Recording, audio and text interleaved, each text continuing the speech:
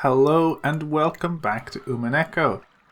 When last we left off, Maria got to confront Rosa about her lacking parenting ability.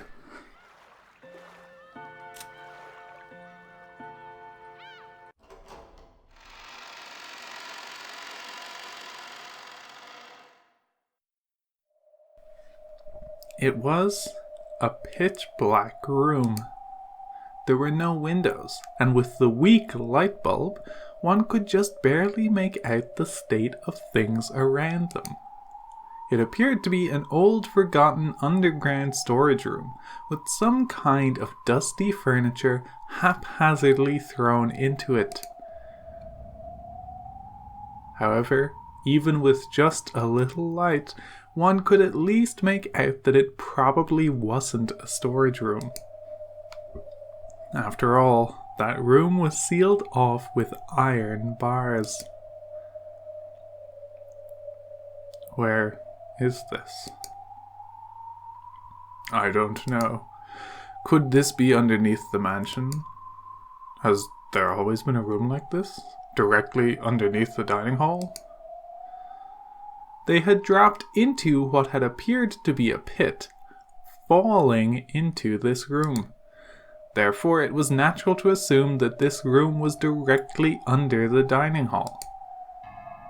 However, not even Kraus could bring himself to believe that there were pitfalls rigged in his beloved dining hall, where he had enjoyed his meals for years. And that this dungeon-like room lay directly beneath it. But the ceiling above was of crude stone craftsmanship, and they couldn't understand how they could have fallen from somewhere up there. No, all 5 people who had been dropped here thought the same thing.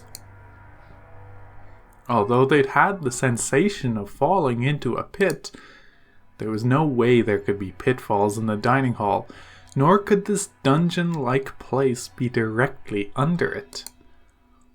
But the truth was that they actually had fallen into this place and were locked in. So, they were confused. It is lucky that no one was hurt after falling from such a height. Shannon, Cannon, did either of you two know about this room? No, we did not know of this room either. Really? Really? We really don't know about a room like this. Despite their age, Kyrie apparently wouldn't have found it odd if they, as servants allowed to wear the one-winged eagle, might know of the mansion's secret tricks. There was a long silence, as if Kraus was evaluating their answer. No, it's probably true that you don't know. After all, this is the clean freak Shannon we're talking about. If she knew about this room, she'd probably scrub this place until it was sparkling. The filth of this room is proof that you two don't know of it. More importantly, I think we should worry about what to do next. Exactly. We need to call the police, or rather, administer first aid as soon as possible. Nanjo's words were hollow. Obviously, 6 people had been killed in the dining hall. Everybody had seen the exact moment when they'd been killed. And since half of their heads had been destroyed, anyone could tell that the deaths had been instant with just a single glance. Everyone understood that first aid no longer held any meaning. Thank you, Dr. Nanjo. We already understand that our partners are no longer alive. Thanks for trying to console us by mentioning first aid. Natsuhi. Once again, a gloomy silence dominated the atmosphere. But Kraus shook his head harshly over and over, and, for the time being, decided to forget the pain of losing his wife, and to dedicate himself to figuring out where they were. Everyone, listen to me. Father is hopeless now. We've passed the point of searching for a reason or explanation that could be expressed in words. Nobody answered. Without any kind of discussion or mercy, 6 people had been killed in an instant. And Kinzo had even been so bold as to proclaim that we'd become sacrifices for a ceremony involving 13 murders. Since we've been locked up in this place, we too will probably become the ceremony's next sacrifices soon. Around this time, our eyes became used to the darkness, and bit by bit, we were able to understand more about the dungeon's interior. What we thought was furniture haphazardly left in the dungeon turned out not to be furniture at all. They were things like small cages to lock people in, restraints, or else torture racks. At any rate, it was obvious that it was eerier than a mere jail cell, since the objects were rusted together and coated in thick dust. There was no doubt that they had been forgotten. Maybe you could even call these things Kinzo's sealed and forgotten madness. However, we had been locked away in this room. Those objects weren't exactly comforting to people who were locked up, hoping to be released without harm.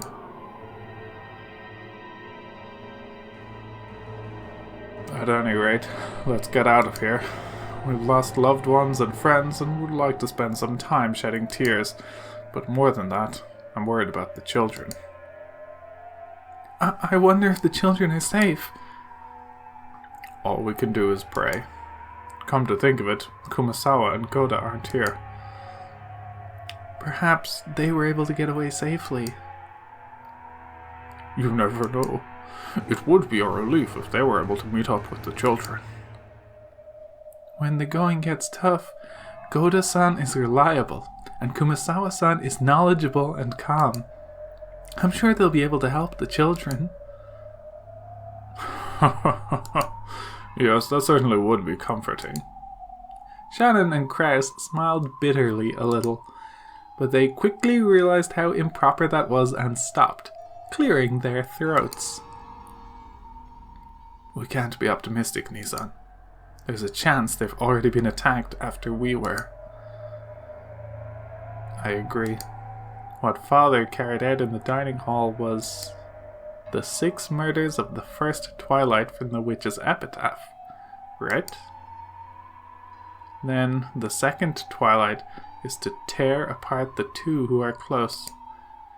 We can't deny the possibility that Goda-san and Kumasawa-san might have been killed after escaping together. We can't cling to the optimistic idea that they must have gotten to the guest house and are protecting the children. Kyrie coldly analysed the worst case scenario. For her, it was heartbreaking to have lost her beloved husband. But right now, the most important thing was protecting that husband's son, along with the other children, from becoming the insane family head's sacrifices. She overcame her sadness with the parental urge to protect children from sorrow. It seemed that both Kyrie and Kraus were strong enough to forget about their grief, if only for the time being. They would let their tears flow later. In order to protect the children, they had to act. Anyway, let's get out of here. It seems to be a rather old cell. Couldn't we break the bars with something? Let's try searching the entire room for some way to escape. I wonder if there are any torture tools lying around all these torture cages. They might be useful as weapons, or to break the bars. Kyrie pulled a lighter from her pocket. She herself didn't smoke, but she kept one tucked away in her pocket to light Rudolph's cigarettes. It was an extremely valuable source of light for searching in this dim dungeon. Shannon, help Kirie-san search the room. Kanan, you help me check out the bars. This is a very old cell. The bars could be loose. What should I help with? Please just keep up your strength. Father will probably come soon. You're the only one whose words will reach him. In a way, you might be holding our lives in your hands. My words will no longer reach him, I think. I'm sorry, but I don't believe I will be of any use. Then lend us your expertise as a doctor. I wonder if there exists a drug that can make people instantly faint. A drug that makes people instantly faint? Well, what are you talking about? We believe we fell through a pit and landed in this dungeon. In that panic-stricken moment, that's what we believed happened.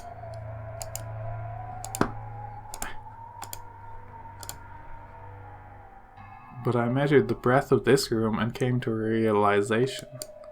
This dungeon can't be underneath the dining hall. Why do you say that? You're an idiot, Nissan. Compared to the dining hall, this dungeon is too cramped. Exactly. The first person to fall was Kraus Nissan. The second was myself. When you fell into this room, did you move from that spot, Kraus Nissan? It's embarrassing to say, but the landing hurt and I lay there groaning in pain. Immediately after that, Kirie-san came crashing down next to me. The distance between where we were standing and the places where we landed is clearly off. Certainly, when you put it that way. I was the next to fall, so I remember fairly well where you two were standing. The distance between you two and the dining hall might have been greater than this entire room. We fell into a pit and directly dropped down here. It's not like we fell into multiple interlocking pipes and were all collected here. The fall was instant, wasn't it? I don't remember rolling around in some sort of elaborate water pipe system. True, we can't explain it with a pitfall. What a strange tale. What does that have to do with a drug that makes people instantly faint like Kirie-sama was talking about? Kirie-sama is probably thinking that there were no pitfalls in the dining hall, correct?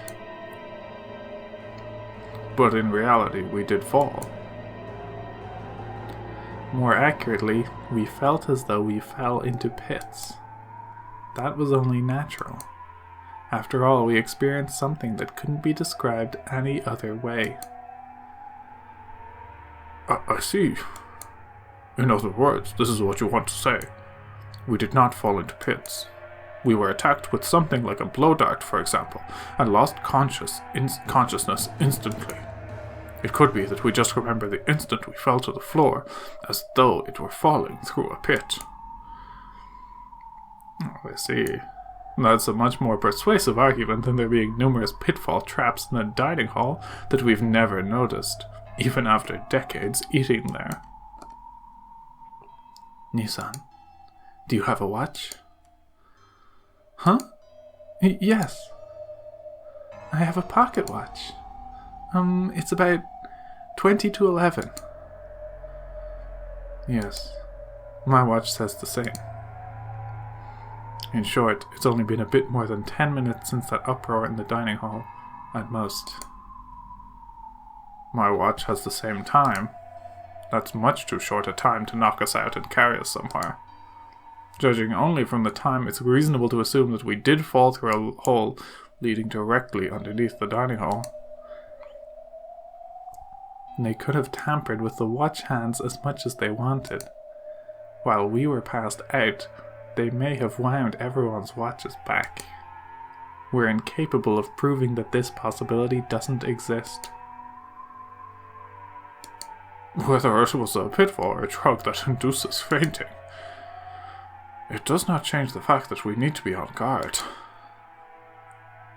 Well then, Dr. Nanjo, is there a drug that can do that? Well, it's the same as your reasoning, Kirie-san. I cannot prove that there isn't a drug with that effect that I don't know about. As they say, you can never be too careful. Sorry, it was a useless question. I just thought that with my hypothesis, I could suggest that this dungeon might not necessarily be directly underneath the dining hall. I see. There's always the possibility that we were carried off to the hidden mansion they say Father built in the middle of the forest. If we can escape from here and get outside, then we'll know. We'll save worrying about that until after we get out. Exactly. I'm truly sorry. I've only been asking about and prying into useless things. No, it's quite promising. If you notice anything else, please tell us. It might become a hint to escaping from here. Rudolph was always talking about you. He said he was always surprised by your ideas, and they would sometimes give him valuable hints. The fact that you're here is a blessing within a tragedy. Thank you. I heard something from Rudolph's-san as well. He said that you usually just swagger about, but when things get serious, you overflow with a sense of responsibility and can be a very dependable older brother. That's too kind. Damn it. At any rate, these iron bars won't even budge. How are things on your end, Canon? No, this side is no better. Crass and Canon tried wiggling the bars in various ways. There were a few bars that could be twisted, and a few had enough space to rattle a little bit around in, but they couldn't be broken with human strength alone. However, there was still hope if they could use some kind of lever-like tool. It was still far too early to give up yet. The children's lives were hanging in the balance. Even if there was no hope, they couldn't stop their struggle. And it was better for them to act this way. If they were to stop, there's no doubt they'd once again be overcome by the grief of losing their loved ones and curl up, clutching their knees.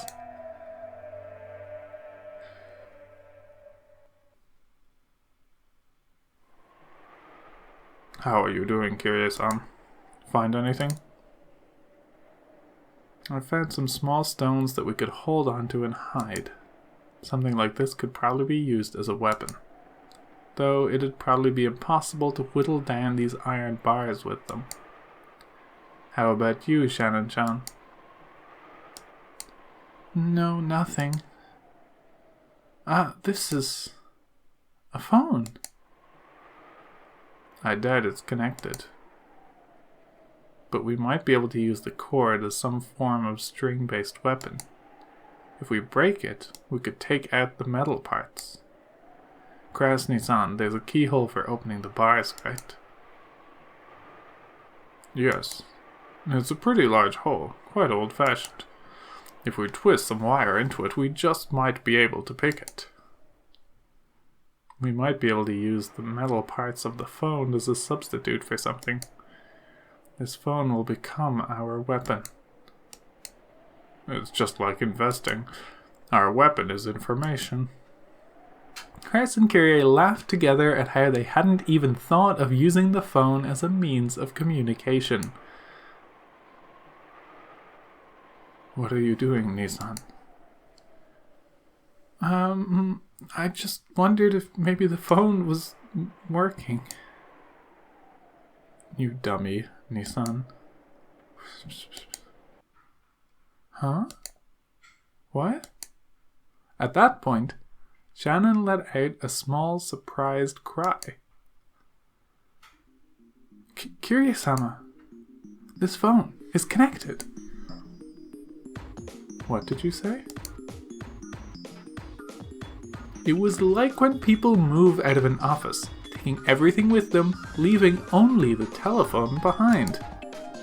That's the feeling the phone gave off, having been left in the corner of the cell. The cord was wound into a coil, the tip of it being swallowed by the wall. And just looking at it, there was no reason to assume that it wasn't hooked up. But to think that it actually was? Kyrie took the receiver from Shannon and pressed it to her ear. Certainly the electric hum of a phone was a familiar sound. And this phone was certainly live. What good luck. Let's contact the police. Hold on. This is too good to be true. Could it be bugged? If they were planning a trick like that, normally they would cut the telephone line. There's actually a good possibility that they overlooked this. If they noticed, they might actually cut the line this time. There's nothing we could tell the police that would be problematic for us if they overheard. Surely that was true. The point of a wiretap is to overhear some important piece of information. But the way things were right then, she couldn't think of a single thing that would come up in a conversation to the outside world that might be troublesome to have overheard. Kyrie instantly concluded that it was more likely to be a mistake on Kinzo's part than a trap. You do have a point. I believe you start with 0 to make calls to the external line. Canon-kun, I'm going to make a phone call. So will you watch how things are out there for me? If you sense somebody coming, let me know. Yes. Cannon raced off towards the iron bars, silenced his breathing, and strained his ears. As everyone present watched her, Kyrie dialed 110. However, she pushed the hook down and redialed many times. It didn't seem to be working very well. The outside line begins with 0. 110 would be 0110 then, right? It doesn't seem to want to go through. Hand it over here. I'll try to call. Kraus took the receiver in Kyrie's place and tested various things.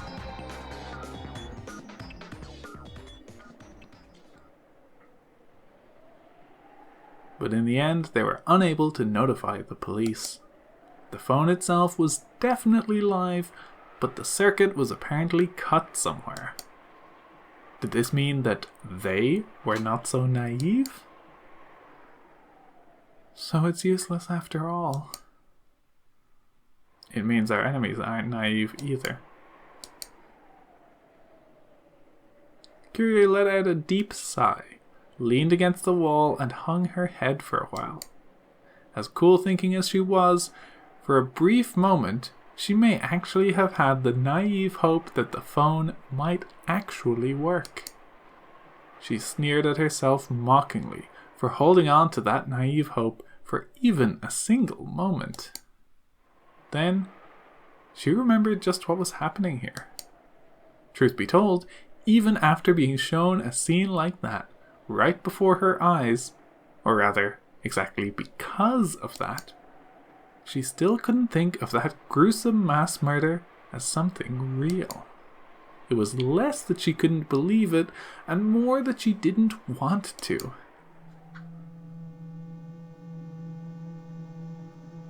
Shiremiya Kinzo killed 6 family members. He summoned strange, witch-like, demon-like people. Right out of thin air. And with something like magic, began to kill people one after another. It's just all so screwed up. Even though she definitely saw it, there was no way she could accept that spectacle. There's no way that's what happened. Those were obviously father's friends or something. They just hid somewhere in the dining hall beforehand and used some tricks to appear suddenly and fool us. There's no other way to explain something as screwed up as that. But when those 6 had had their heads blown apart, a golden arrow had flown around and around the room. That had truly looked like magic. Was that another thing we just saw wrong? There's no way it was magic. It was definitely some kind of setup. Since those heads were smashed, there's no doubt it was some kind of explosive. For example, a styrene toy plane, like they sell at candy stores, painted gold, and with a powerful explosive loaded onto the end of it. However, though it had seemed to be flying about at random, Kyrie couldn't imagine that after being fired 6 times, each time had perfectly hit the victim square in the head, one after the other. It couldn't be that there was a computer control system for finding and hitting targets, making it a high-tech styrene plane on the same level as a guided missile, right? Would he invest such a large amount of money into developing some stupid trick like that? For that insane sideshow? Does this take us back to the old, I wouldn't put it past father? A number of mysterious people appeared out of thin air. 6 people had their heads demolished by a mysterious golden flying object. And the 5 of us were locked away in a mysterious dungeon by a mysterious set of pitfalls, or else put to sleep by some fainting poison dart. The family conference started a bit after 10 o'clock. It's only been a bit more than 30 minutes since then. Most likely, even though I witnessed it myself, that event took place in such a short period of time, so I still can't understand it, and I still can't come to grips with it. For argument's sake, even if we did get a hold of the police, it would probably be impossible for anybody to accurately explain what we saw. Even though I saw it just now, my brain's fried, and I have no confidence in what I saw myself. Kyrie tried her hardest to cheer herself out of her overwhelming confusion, to just hold onto her sanity. Damn it, what's going on here? Damn it, damn it. Krauss started to become desperate, hitting the hook multiple times and resetting the dial. Krauss had also been feigning composure, but he was unable to hide his panic. The more he retried the dial, the more the pretense of serenity peeled away. I don't know what's going on anymore.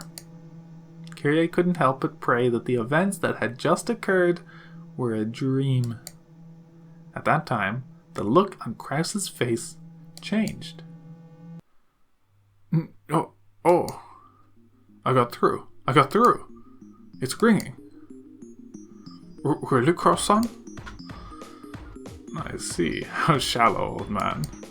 Since we can't contact the police, the external line has probably been cut, but he failed to sever the internal line. The internal line? Krauss-san, where did you call? The guest house. I'm calling the room where Jessica and the rest are staying. Ah, hello? Hello? It's me. You're... Goda. Is Jessica there? Is she safe? Kraus-sama! I'm so glad you're safe. Yes, Lady Jessica and the other children are here as well, safe and unharmed. Dad? Is it Dad? I'm so glad you're okay. Is Mom okay? Is she there? Krauss choked on his words. Krauss had clearly seen Natsuhi's head crushed, had seen her killed right before his eyes. Eventually he was going to have to tell that to Jessica. However, Krauss began to fret over whether he should tell her now or not, and lost his words. but even that was an answer under these circumstances. I don't know about your mother. Let's pray for her safety. For now, I'm just glad you are safe. Yeah, I understand. I'm sorry for asking. Jessica's voice was filled with tears. Krause was certain now. Jessica and the rest had heard everything, start to finish, after meeting up with Goda and Kumasawa at the guest house. When they learned that 6 people had been killed, they must have been anxious to rush over to the dining hall. Luckily, he'd been able to call before they'd stormed off towards the mansion. Krause was relieved at this good timing during such a tragedy. We have Kiryu-san and Dr. Nanjo as well as Shannon and Kanon here. We've been locked in a place that's like a dungeon, but don't worry. We'll figure something out. A dungeon? Where? We'll come and save you. Unfortunately, we can't figure out where this is either. We think it may be under the dining hall, but that might not be true. Anyway, Jessica. You must stay where you are.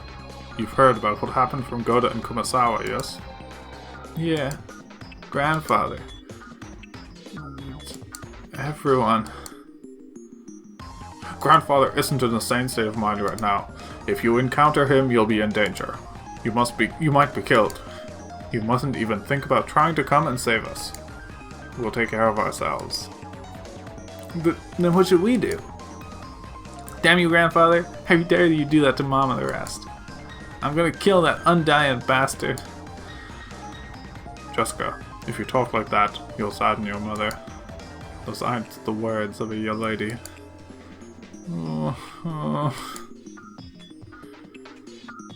Anyway, put your own safety first. Lock all the guest house doors, but you mustn't overestimate how safe that will make you. The large window in the first floor lounge might get broken. Stay in your room and use a bed to make a barricade. There's a toilet and fridge in there too, right? You should be able to stay holed up until tomorrow morning. Listen up, I'll say it again. Don't think of doing anything violent. Don't even think about trying to take revenge for Mom. Only think of hiding, of getting through this without provoking our enemies. Yeah. I understand, Dad.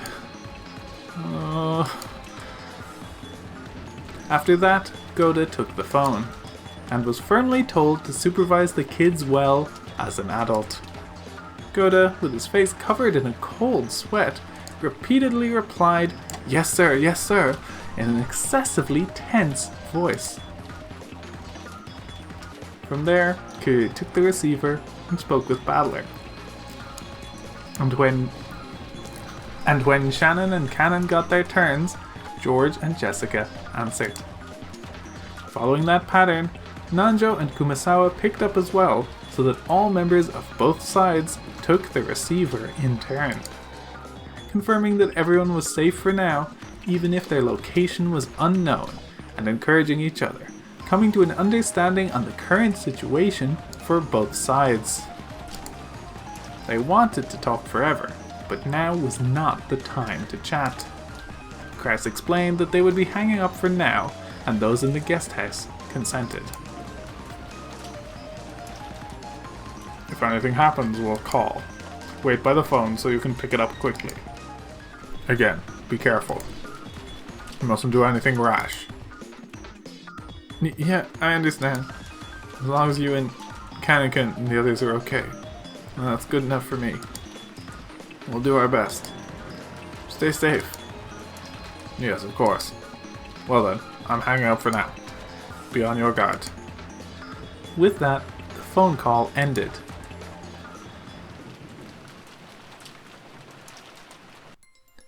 Goda and the rest of the men quickly descended to the first floor, closed the shutters, and secured the sturdy locks on the doors.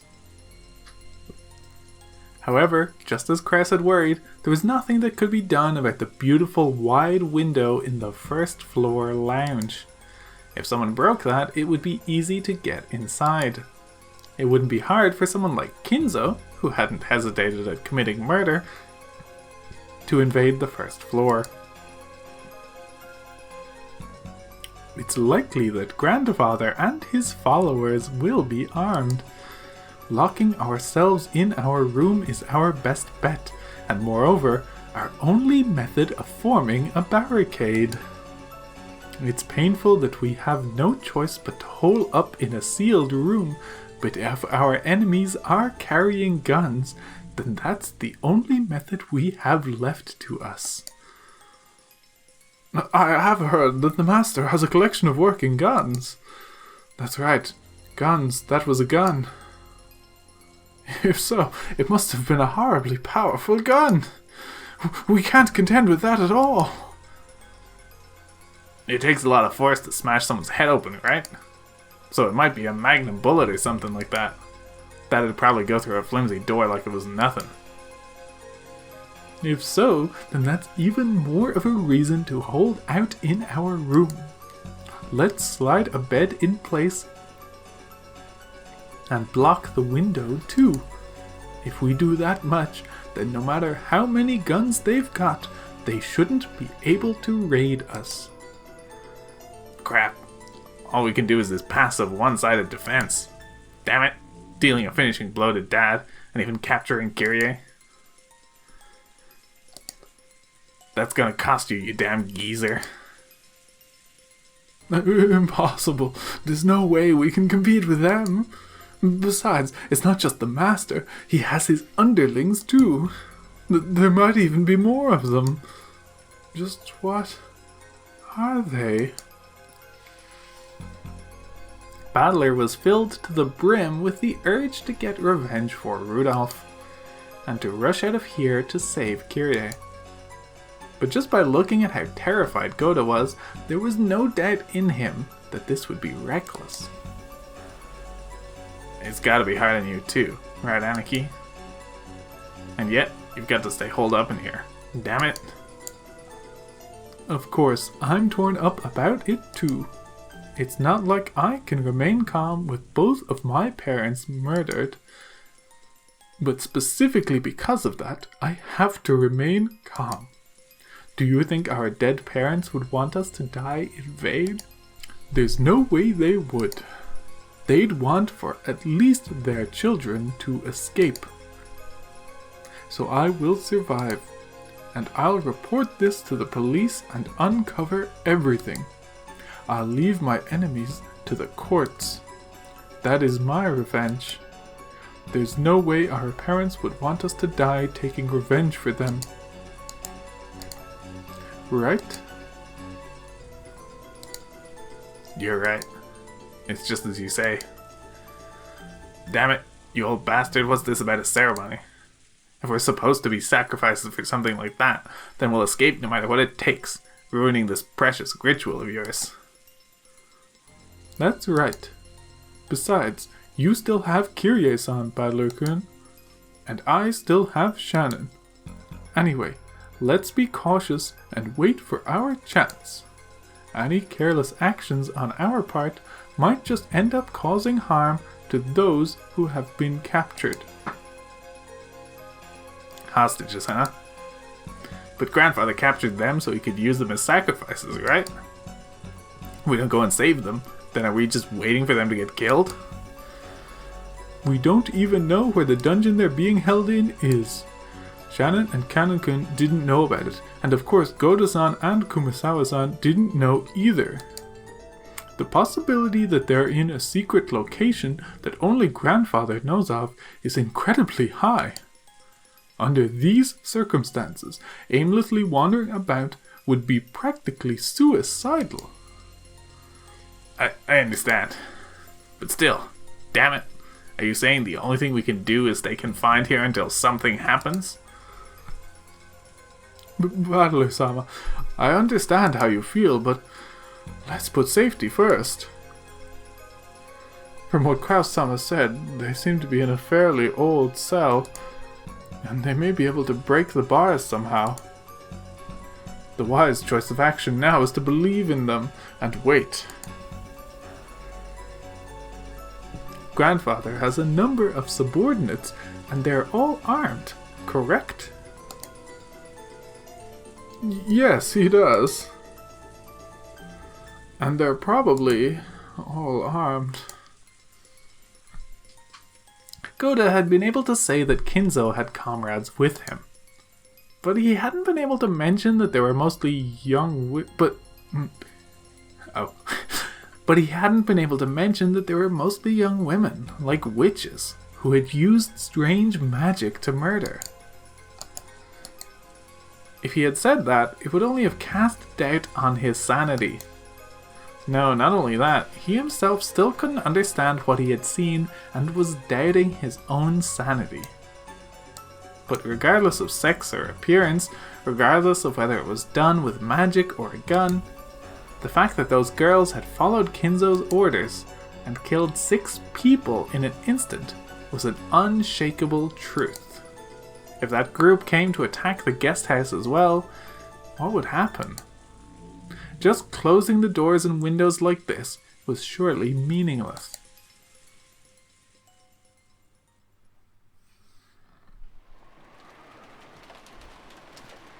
Goda and Kumasawa, the only thing left for those two, who had witnessed that massacre in the dining hall, was to cradle their heads without knowing how to interpret what they had seen. Kumasawa-san, are you okay? Want some tea? Ho ho ho ho ho. Thank you very much. Thank you. I'm sorry, but may I be left with my thoughts for a little while? Maria tried to be nice, but it seemed that Kumasawa still hadn't been able to clear away her confusion. Maria, thanks for being so considerate. Let's let Kumasawa-san rest for now. Oh. Jessica was also worried about the shock those two must have received after witnessing such a tragedy. But her wildest dreams couldn't even come close to the unbelievable scene Kumasawa had witnessed. Nevertheless, with her mother murdered and her father captured, it wasn't as though Jessica could stay calm either. She sealed her anxiety and sadness using her anger towards Kinzo and walked irritatedly around the room.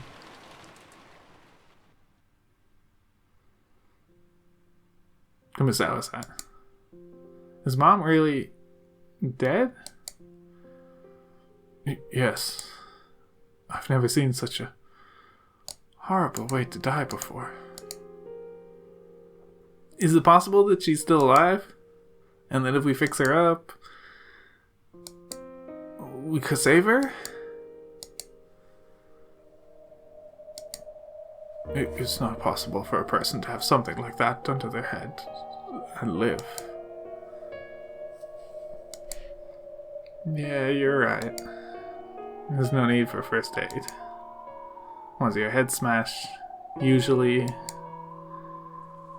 When Goda had come flying into the guest house, he had, overcome with agitation, told about the massacre in the dining hall without concealing anything. Except for the part about witches and magic, which they themselves still couldn't believe.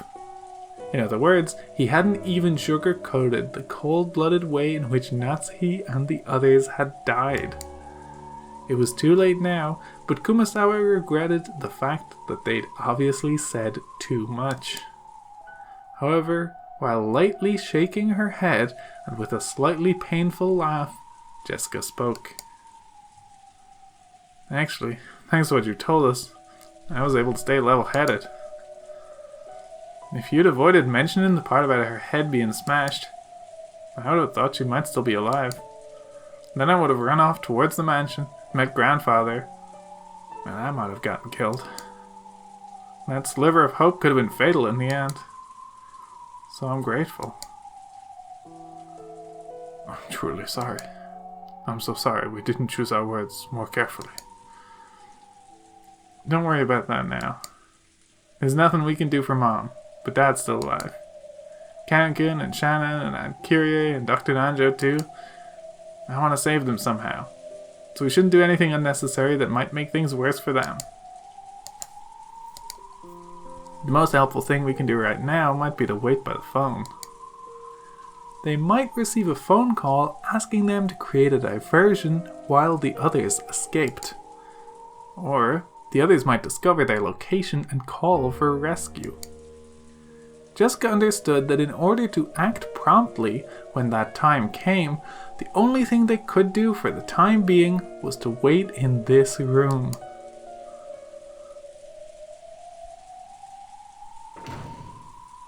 Once they had finished inspecting the downstairs area and locking up, George, Battler, and Goda returned. Each was holding various objects. George had things like drinks, canned food, crackers, and other types of snacks he had found in the lounge and a storage room, as well as a first aid kit. They were all consumables that would be essential during a siege. Goda had a large folding ladder and carpentry tools. Those were to seal the door from the inside, just in case. If it came to it, the ladder was for escaping out the window. Battler had brought up objects that could be used as edged weapons or poles. In addition to the obvious kitchen knife, there was a disassembled table leg that could be used as a club, and a pole roughly the size of a person, which it apparently made by taking apart a hat stand. Even though the pole had no point, it could surely be used like a spear. There was a good chance that their enemies had guns, so it was dubious whether these would be of any use. But it was still better than not having them, and if having these could give them at least a little peace of mind, then they'd be useful for their calming effect. Then, the bed and the sofa were placed up against the door, barricading it. They didn't go so far as to seal it up with nails. There was still a chance that Kraus and the others would escape and come to meet up with them. They had apparently set up a barricade at top of the stairs as well. It had been set up in a way that would create a racket, so it would serve as a warning alarm as well. That had apparently been Battler's idea. For that reason, they turned the TV off. This way, if the first floor window were to be broken, they would hear. Once the switch had been turned, all that was left was an eerie silence.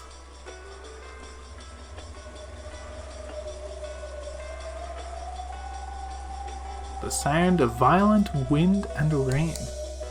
Were they going to have to spend the whole night being crushed by such suspense? The boat would come tomorrow morning.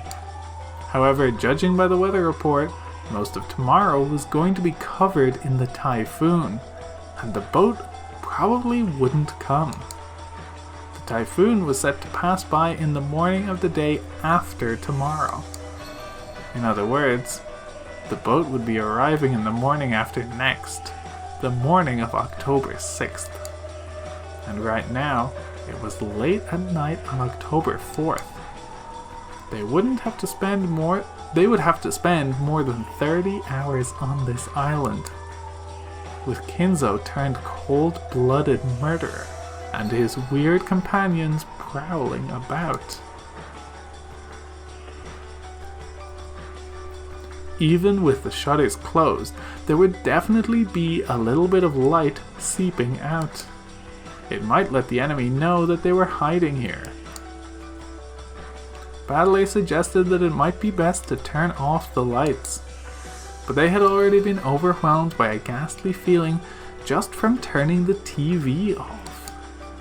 There wasn't anyone who directly challenged his proposal, but then again, there wasn't a single other person who agreed with it. Oh, we can't watch TV? Yeah, sorry, but you'll have to bear with it. We can't just let the sound of the enemy breaking in slip by. Boring. Even though she had been told of her mother's death, Maria alone didn't feel an approaching sense of danger. She just seemed to be upset that the TV had been turned off. Even though she's in such a bizarre situation, can she not share in our sense of danger? Is it because she's so young?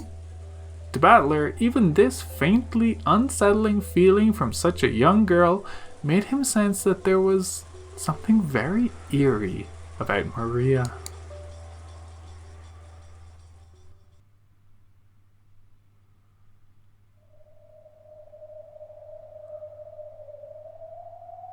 That said, we've already done all we can. Do you think you'll be able to do anything about the bars? Unfortunately, they're tougher than expected. I don't know when these were made, but there's no problem with their lifetime guarantee. These truly were built rather well. Kyrie chuckled softly. They had no moves they could make, but she had calmed down. She had calmed just a little. This place is just like the capture pile of a chess game. So, are there no remaining moves left to us? Not yet. It's still too early to give up. If we stop thinking, we might as well stop breathing, right? Exactly. Chess pieces in the capture pile may serve no purpose, but in shogi they can be quite significant. Just one captured pawn should be able to put pressure on the opponent. I see. But still, there's nothing that can be done about these bars. For us, maybe. But if we can figure out where this is and contact Goda-san, he might be able to come and save us. I see. But that would mean putting Goda-san in danger. And if that happens, I would also be worried about the children in the guest house, alone without a full-grown adult male. When you're afraid of risk, it's alright to bide your time until the price starts to go up. However, if you're too afraid to cut your losses, you might end up with just a scrap of paper. Though in this case, that represents our lives. And our dignity as parents, right? After talking big like that during the telephone call, telling them that they should behave because we'll manage something on our own, we can't just start asking for help right away. That would be very uncool. By this point, I've long since thrown out such useless pride. Why don't we put our heads together? Where is this? Is it really underneath the dining hall? Or else is it a different place, separated from the mansion? Kraus, Kyrie, and Najo began to discuss this further. Cannon was squatting by the bars, silently trying to sense anyone's presence, just as he had been ordered. Shannon came close to him, and they both squatted down together. Do you sense anyone? Yes. They haven't focused their attention in this direction, but there's somebody relatively close by. Is it human? I think it's the goats. Their breathing is rather noisy. Cannon's ability to sense the presence of others was several levels above that of a human. He said that their breathing was noisy, but Kraus and the rest couldn't even pick up the slightest hint of it. Therefore, if he had obediently reported it, they would have merely doubted Cannon's ears. They got us, didn't they? It's rare to think that they captured us without killing us. This time, Beatrice-sama didn't make an appearance, and the master left to study. I don't have a clue what's going on. I know. Whatever happens or changes, it's all for that witch's fickle entertainment. In the end, nothing will change. I wonder if we'll be able to go to the Golden Land this time. Who knows? We have a high rate of losing. Come to think of it, it's very rare for us to survive the first twilight together. I get the feeling that it's incredibly unusual for us to be able to talk together like this, even though the ceremony has already begun. That may be.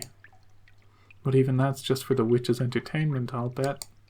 I can't think of it as anything other than her letting us live just a little longer to ridicule us, since we usually drop out right in the beginning. I wonder if we'll be unable to reach the Golden Land again. I'm sure we won't make it there. If we hold on to any foolish hope, we'll get taken advantage of again. That's right. Last time you got taken advantage of, didn't you? I'm an idiot. Cannon made a sour look and turned his head. Shannon laughed softly and apologetically leaned towards his shoulder. But I'm glad Milady is safe. She's only escaped from the first twilight. She might just be waiting for an even crueler death later on. What about you, Nisan? Aren't you glad George-sama's safe? It'd be nice if you two could reach the Golden Land together. Thank you. I wish the same for you and Milady as well. I wasn't hoping for anything like that. It's just as you say. That witch is only having fun, dangling prizes in front of people and watching them vainly try to get them. I'm sure no one will be able to go to the Golden Land.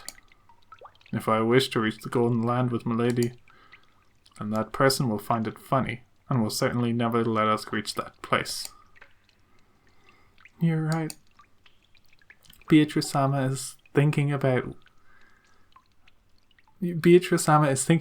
which order of sacrifices will be the most interesting. The whole thing about them being chosen at random is just a blatant lie. That swindling witch. All that about having any wish you want granted in the Golden Land is probably just a lie too.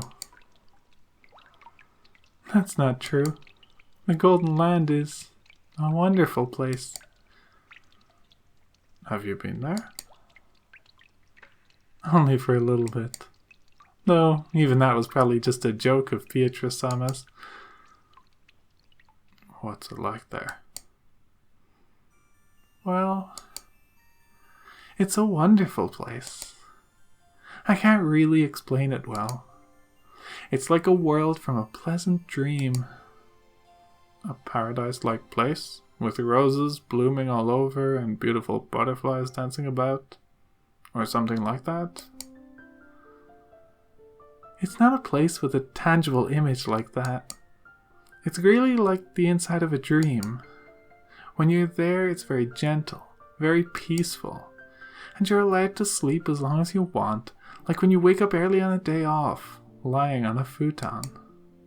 Sunlight comes in through the cracks in the curtains, and you think you'll have to wake up soon. But then you realize it's your day off and you can go back to sleep. It's a place where you can feel like that. I think it'd be wasted on me. Waking up on accident even though it's your day off is something only you would do, Nisan. So? Well, when I was there it was very satisfying and very calm. When I returned to this world, even though I had just been there a second ago, I couldn't remember it well. It's like when you can't remember a dream you were just having. But I still remember that it was a very calm and quiet world. That's it? What the heck? That Golden Land she's always bragging about isn't anything great at all. I thought it was a place where all your wishes come true. That's right. It's a place where all your wishes will be granted. Well, maybe that's not quite it. It might be better to say it's a place where you won't wish for anything. For example, Kanakun, if you were cold and wished you had a jacket, you'd be happy to be given one. But if you were in a warm room to begin with, there wouldn't even be a reason to want a jacket, right? That's what the Golden Land is like. There's no need to even wish for most wishes. It's a world where everything is calm. You could even say it's a place that transcends the concept that having your wishes granted will bring happiness. A world released from everything. It sounds somewhat like a religious world. And there, everything is equal. Anything that can think is equal. There are no humans, furniture, nor witches. There, I was equal to everyone. There was no longer any need to feel ashamed that I was furniture. It was honestly a happy world where all humans, and even witches, were equal. I can't really remember it well, but I have the feeling that when I was there, I was equal to even Beatrice-sama, and we were good friends. If that witch is there, it can't be much of a paradise. So, you want to go to that Golden Land with George-sama? How strange. The Golden Land is a utopia where you can be pleased with everything, right? Wouldn't you be content even if George-sama wasn't there? The Golden Land is very calm, peaceful, and everything is equal. But actually, happiness alone is left out. It isn't a happy world? Of course, just by being peaceful, calm, and equal, it's an incredibly happy world. But I guess you could say that it's a world of zero, where you're released from all negative worries. The human world is filled with negatives, so of course the zero world is incredibly happy, but it's still zero. What a luxurious problem to have. It's something like this. When you're nodding off on your quiet holiday morning, if the person you love the most is next to you and holding your hand, then it can become an even greater, more wonderful happiness. Something like that. Sorry, your Nissan is too dumb to be any good at analogies. In other words, to you, the greatest happiness would be reaching that world together with George-sama. Yes, and surely, for you, it would be reaching that world together with Milady. We'll be released from our worries in a fair world. It's like some kind of strange religion. I'm more worldly minded.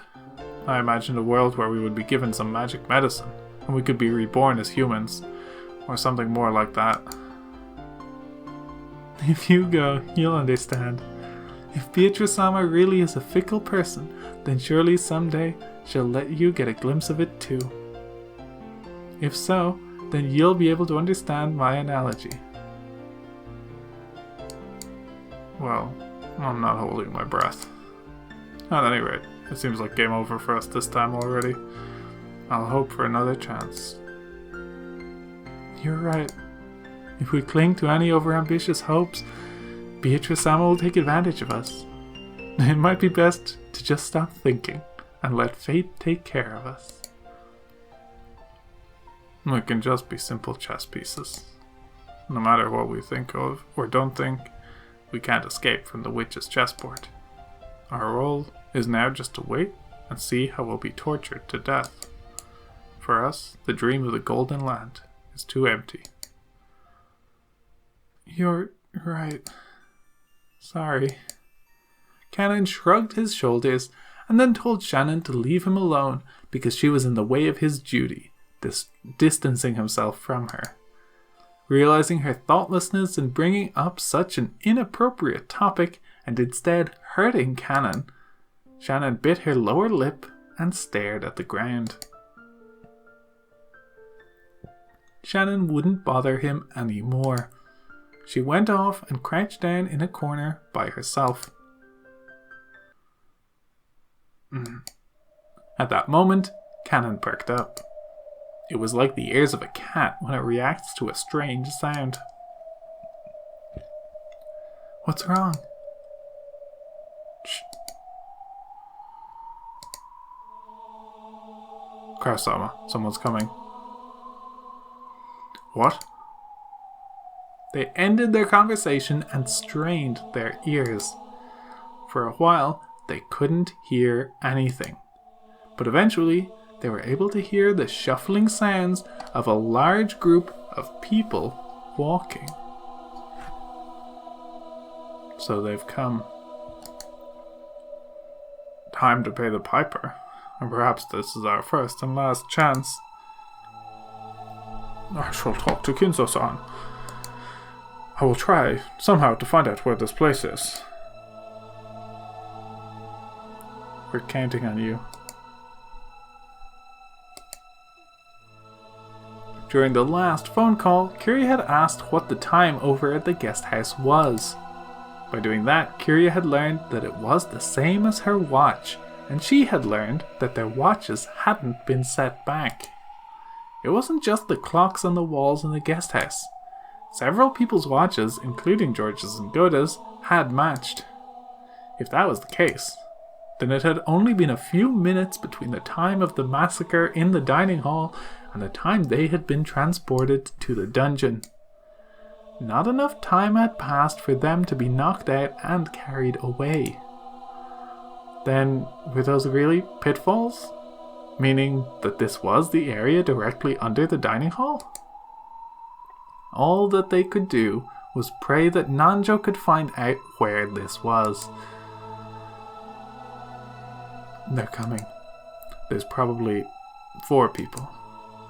The master, and 3 of those who appeared in the dining hall. That's enough. You come back here as well. We'll deal with the rest. Chan-chan, sorry, but can I have you sit by the phone? Hide it with your skirt. Ah, yes. The shuffling came close, and there was the sound of a large door being opened in the hallway. The light they were apparently carrying illuminated the hall, stroking the walls with sharp, razor-like shadows. And then, the light from the lantern they held illuminated the prisoners through the bars. The bars' sharp shadows divided them up lengthwise. There were 4 silhouettes. It was Kinzo, Runaway, Virgilia, and Gop. Silence, everyone. Please welcome the head of the Ashormia family, Lord Goldsmith. Goldsmith? His father's pen name. It seems he always signs it with it when writing those bizarre grimoires. Kinzo, made English style. Shouldn't that be Gold Warehouse?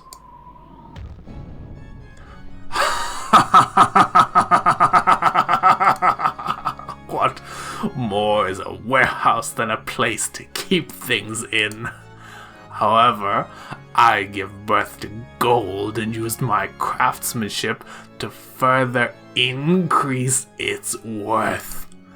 Don't you think Smith is much more fitting?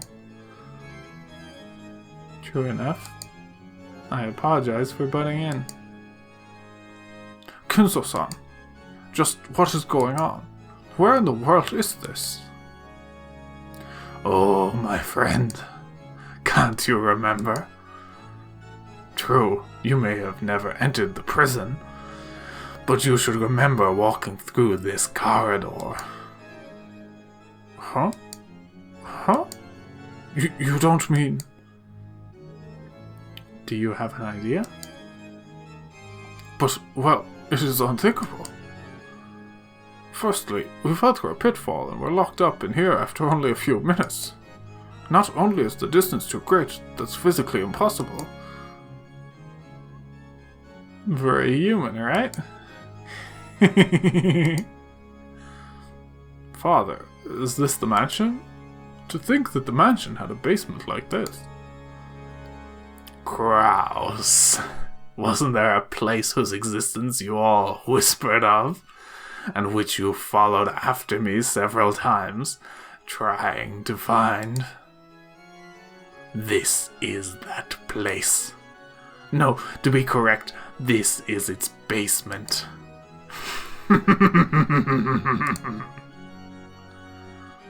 Could this place be the basement of Kuadoria? A splendid observation. This is indeed the basement of Kuadorian. Kuadoria? You don't mean father's rumored hidden mansion. It really exists? This mansion was constructed for the sole use of my beloved witch, Beatrice. It's truly a shame that I cannot guide you to the above-ground sections, as it is such a beautiful and elegant mansion. How lovely. Just the two of them alone in a mansion with a prison like this. I guess father's tastes are a bit more than I can stomach. Curious, huh? Perhaps it would be wiser to refrain from such rude comments. But I agree. If a mansion I was given had this kind of dungeon in it, that'd shake me out of even a century-long love, and I'd take anything of value in Iran. Oh my, so you don't have an interest in this kind of thing? And here I was thinking you went head over heels for it. Of course I'd go head over heels. Like if I get a collar or something for a birthday present. But only if he's hot.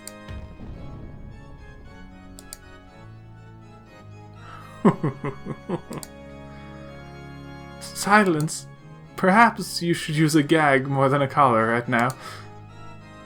Oh, you have an interest in that too? You sure aren't picky, Leah. Don't just go around shortening people's names on your own. Enough, you noisy women. Are you telling me you'd like to be locked up in the same cell? I apologize, master. This old body of mine would not be able to stand such a cold prison. Virgilia quickly apologized, but Gap and Runaway merely laughed together. It was like they thought they alone couldn't be imprisoned. Or else, that even if someone tried to imprison them, it would be pointless. A prison is a place from which the captured cannot escape. That implies a strong will and love to not let them go for a lifetime. It's not even worth speaking of love to a woman you could give up on if she ran away. A woman who makes you so insane that you don't want to let her escape to the point of binding her in chains. Because she was worthy of that. She was a love worth sacrificing my life for. I will not ask you to understand. No one can bind me. I will not be banned. I don't want to be loved. I want to love. I feel the same as Goldsmith. That's why I understand the madness of your love. Love and madness are two sides of the same coin, or so they say. How bothersome.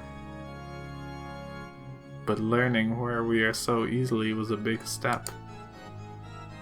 We'll ask the details later, but it seems you know about this place. Right, Dr. Nanjo? Yes.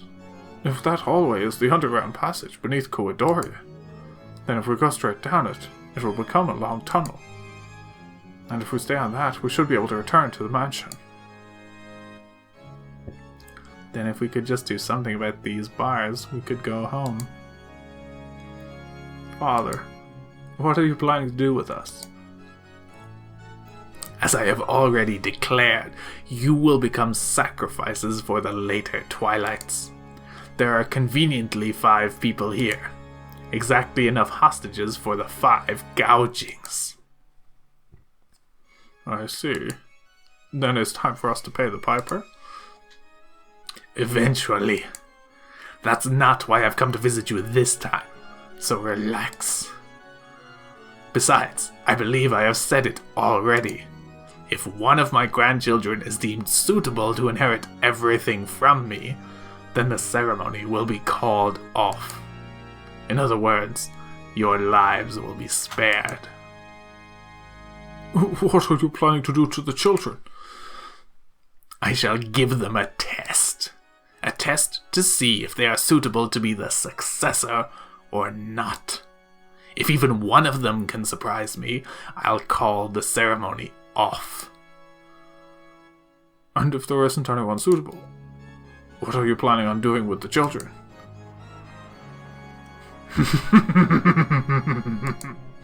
There's no need to worry about that. After all, you all will be sacrificed first. How could anything that happens after that concern you? Entrust your fates to your own children.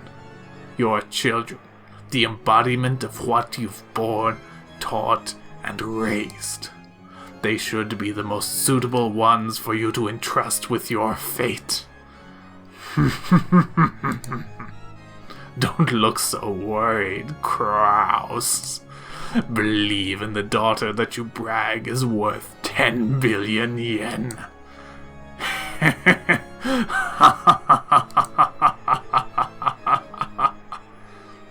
Exactly. Children are the embodiment of their parents. It's fitting that we put our fates in their hands. That applies even to you, father, right?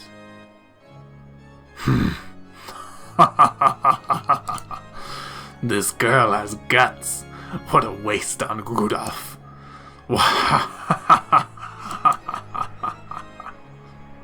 Kiryu-san, it would be best not to aggravate him too much. I agree. Let's bear with it for now. That's right. After all, we're just fish on the chopping board. There's nothing we can do now. Ha! Though you can insult me with such vigor, I don't dislike that kind of woman, see? Beatrice was like that too in the beginning.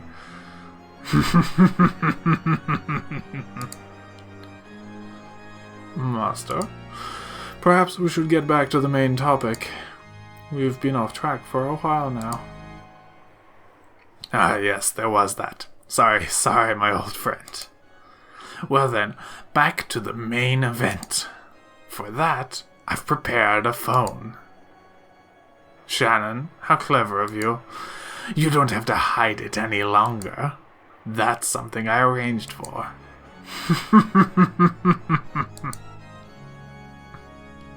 My apologies. Shannon quickly withdrew herself, and the telephone was revealed. Kraus, call the grandchildren in the guest house. Tell them of the test and of the start of my trial. Renove motioned for Kraus to pick up the receiver. And if I say no? And why do you think you're in a position to negotiate? If you don't make the call, then the grandchildren won't even be given a chance. The Ashurmia family will end here. And I'll sacrifice you all right away. You'd be lucky to become sacrifices right away. Don't you think it'd be more painful to watch the children get sacrificed first, before your very eyes? Gap. The master is the one who decides the sacrifice order. Don't say things on your own. Leah, you just tried to shorten my name, didn't you? I did not. And I told you not to shorten other people's names on your own. Women truly are noisy.